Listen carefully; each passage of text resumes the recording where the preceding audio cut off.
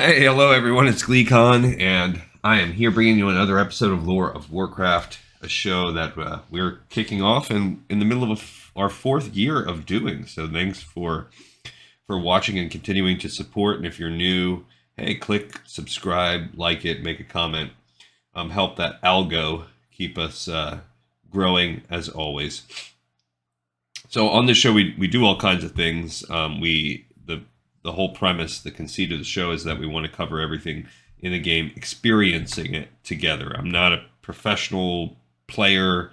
I'm not amazing at anything, and I'm just a dude, and I try my best to add my own little flavors. And sometimes that ends up being, we're grinding one quest for 2 hours, and I'm just talking about weird crap.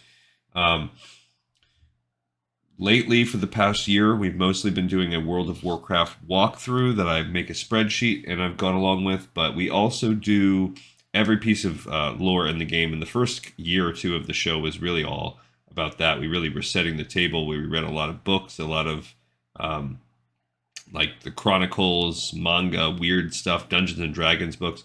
So we're kind of going to be moving, I'm trying to move a little bit more back in that direction while I continue to work behind the scenes to prep, because there is a lot of prep time that goes in, and as the quests get harder and I get deeper in Classic, more time gets devoted to that on the back end. So today we're going to do that. So stay a while and listen as this is something I like to do weekly. I don't think I did one of these this week. This is it's considered non-canon. So the Warcraft Encyclopedia used to be one of the main parts of the old Warcraft site. It's defunct, pretty much due to all the retconning, largely inspired by when they started dropping Chronicles, and I can't remember exactly when. If you look in the notes on here, I don't know. It says you could retrieve it, but at the very top it says it didn't survive the overhaul. I don't remember when they overhauled the website. My guess, it would have to be no later than Shadowlands. That was a big change. When they did the level squish and everything, there was so much rebooting going on at that time, and it might have happened before then. But once they started retconning a big chunks of the lore where things no longer made sense anymore, they just scrapped it, and they wanted to act like it never existed. But there are Warcraft archives, or internet archives, where you can get time captured save states basically of websites as they existed. So there's projects that exist, and you can check these out in their initial form on those. The Wowhead, when they saw that this was all going to collapse, they pulled the text grabbed. They grabbed the text and put it on their own site from the European version, because that one was shuttered or revamped a little bit later. All right, so we've been going through them. Most of these are a series of entries. For instance, this one's 4 different entries about Jarod Shadowsong. We are doing the non-canon things chronologically as well, catching ourselves up to Classic time, but we're still at the War of the Ancients. There's just a ton of major players that were in that area. So we're going to do this guy today. If you read the War of the Ancients trilogy, you can there's no point in me kind of summarizing who he is, because we're about to read about it, but he's a cool character. I like him. By the time the War of the Ancients broke out, Jarod Shadowsong had risen to the rank of captain in the rank of captain in the Guard of Suramar, and his sister Maiev was one of the senior sisters of Elune. So Suramar is in Legion, is like the final zone expansion. It's one of my favorite zones in the game. I love it. I love all the content there. And Maiev is one of my favorite characters in the game. I think she's awesome from Warcraft 3 and beyond. The Shadowsong family was not of noble blood, and so both siblings had earned their positions through skill and hard work. Patrolling Night Elf lands for possible intruders, Jarod captured Krasis and made the disguised dragon a prisoner. A strange and extremely powerful phenomenon had thrown Krasis back to a time that contained a far younger version of Krasis, and the overlap had left Krasis weakened and ill unless he was in close proximity to his younger self. That's a big plot point in especially the earlier couple books in the trilogy, but really all throughout the War of the Ancients trilogy. Still, just one of the best series in all of Warcraft writing.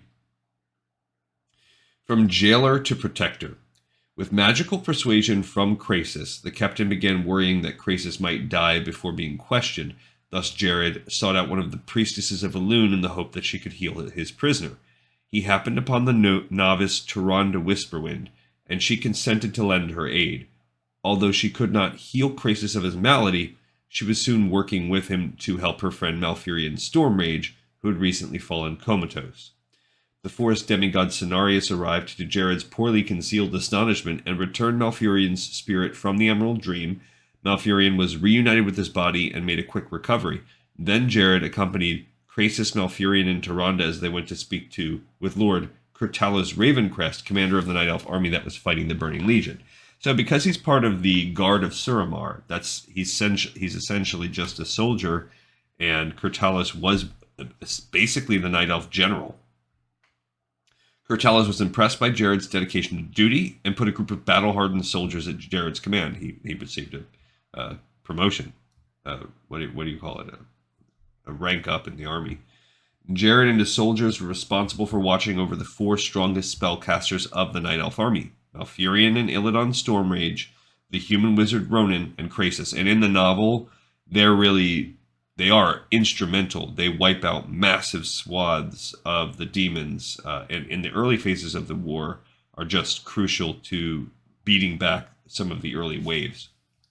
Malfurion and Krasis eventually left the army and sought out the rest of the dragons, intending to appeal to them for help against the Legion.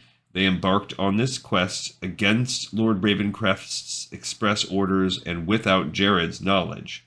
Yet Kurtalos could not find it in his heart to reproach Jarod for failing to halt the spellcaster's departure. And why would he have to? It just said he did it without his knowledge. So basically, you allowed your wards to go, and this is why they said from jailer to protector. He was originally the jailer of Krasis, but eventually, after they realized their power, he became their protector, but in that weird sense where we're protecting a weapon, but we don't want to. Dang sure don't want to lose it. Second entry, the assassination of Lord Ravencrest. Eventually, Kurtalos' strong leadership of the Night Elf army irked Queen Ajara, who instructed Captain Verathan to eliminate the noble. The assassination was successful, and Lord Desdal Stareye became the new leader of the Night Elf defenders. So, what they're intimating here, and if you've read the previous entries, the whole thing is made possible because of Ajara. They don't quite know that yet, but Ajara wants the demons to come. She is on the side of Sargeras. She thinks she can be his equal, his bride. And Captain Verathan, who is this kind of dark, kind of one-dimensional villain in the book, I don't know that we've read much about him or that there is much to read, but yeah, he goes and kills Kurtalos and Desdal Stareye, which was part of the entry we read last time. Sort of just a patsy. He was high in the military, so he became the new leader, but not based on any actual skill, just kind of based on birth and his positioning at the time. Unfortunately, Desdal had no skill at tactics. The invading demons pretended to retreat and then swiftly attacked the Night Elves from the air. Desdal watched in horror as the demons began pouring containers of boiling red liquid over the Night Elf army. Hundreds were injured, some mortally. See the last video we did on this last week. When Jarod asked Desdal what action to take, the panicked noble had no useful response. Jarod caught sight of another group of demons hovering over Desdal, and so Jarod tried to pull Desdal out of the way. However, Desdal took offense at Jarod's effort and ordered him away on pain of punishment. So it was like his pride, basically. Jarod yanked his mount aside just in time to avoid an agonizing death. The demons tipped over their container, and boiling liquid poured down on Desdal and his nearby companions. Desdal was killed in moments, his face maimed beyond recognition. So Jarod tried to act with good sense, and the other guy's nobility and pride and disbelief that failure could even apply to him led him to be killed. And the deaths of others. The next part's called An Unwilling Hero. After Desdal's death, the remaining nobles could not agree on a new strategy for the army, Jarod was forced to step into the breach. With his intuitive grasp of tactics and his natural talent at leadership, he quickly found himself appointed the new leader of the Night Elf army. The relieved nobles eagerly followed his commands, so he filled the vacuum. Jarod continued to doubt his importance to the war effort, but he received a very welcome surprise. Cenarius led a large group of demigods into the midst of the Night Elf army and humbly knelt before the astonished captain. The demigods had agreed to fight under Jarod's direction, so that part was cool too. As the captain continued to rally the Night Elves and turn the tide of battle, he caught eye of the demon lord Archimonde. Now, one thing they don't mention is also other races. When Malfurion left and went out to go recruit other people, the demigods were one of the sets, but they also went and got Earthen, they got Tauren, they basically got, in the book they describe, they got these other races to come. Malfurion's absence from the battlefield had frustrated the massive demon, who decided to take out his fury on Jarod. Archimonde was certain that the Legion's victory was inevitable, and so he took his time, sadistically toying with Jarod, slowly beating him to death. Very likely Archimonde took even greater pleasure in the prospect of finally breaking Jarod's iron will. Yeah, so he goes toe-to-toe with Jarod, but it's not a match, so of course he's going to completely decimate him. Before Jarod was too badly wounded to recover, though, Malfurion and Illidan's Stormrage worked their combined magic on the Well of Eternity. All the demons, including Archimonde, were sucked into the well and forced back into the twisting nether, howling in fury. So all he was doing was kind of delaying, whether he knew it or not, because they were successful. They essentially started closing the Well of Eternity. And the final piece is called After the Sundering, which the Sundering was the result of the Stormrage's efforts. The Great Sundering triggered the birth of a new ocean, and the rushing waters chased the Night Elves all the way to Mount Hyjal. At last, the water subsided, and Jarod led a group of Night Elves to scout the area for drinkable water. They discovered that Illidan had created a second Well of Eternity, and with Malfurion's help, Jarod and the others captured Illidan. Jarod gave Malfurion the power to decide his reckless brother's fate, and so it was Malfurion who sentenced Illidan to an imprisonment that would last 10,000 years. As a reluctant army commander, Jarod was deeply gladdened by the end of the war. He dissolved the makeshift army and continued to serve as a kind of administrator for a short time, but he had never wanted to be a leader. Gradually, he directed increasing numbers of petitioners to the new High Priestess of Elune, Tyrande Whisperwind, whose compassion and wisdom went a long way toward calming post-war tensions. So that's kind of interesting, because there was now no leadership, because Azshara, the nobility, the queen, all of that's gone, and Jarod becomes the de facto leader of the military. And in times of war, when there's no other power structure, often the military become also the political leaders. So Jarod finds himself as the leader of the Night Elves, kind of. But he's like, whoa, that's not my style. And so he kind of starts just shunting them off to Tyrande, who we know she is the leader of the Night Elves, and still is. By the time Tyrande established the Night Elves' new army, or at least, I don't know, I haven't played the newest expansion, so I've been holding that out to do that with you guys. By the time Tyrande established the new Night Elves' army, the Sentinels, Jarod had deliberately faded into the background.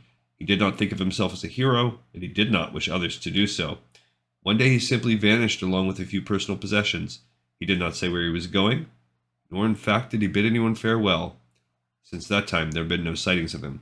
I have to believe that. I've played all of the games up until I haven't played The War Within purposefully.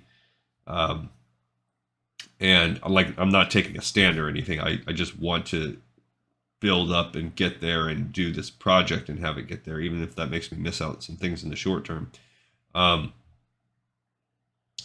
But in everything before that, that was before I really became a lore master or whatever. So I find it possible that there are some quests that involve him.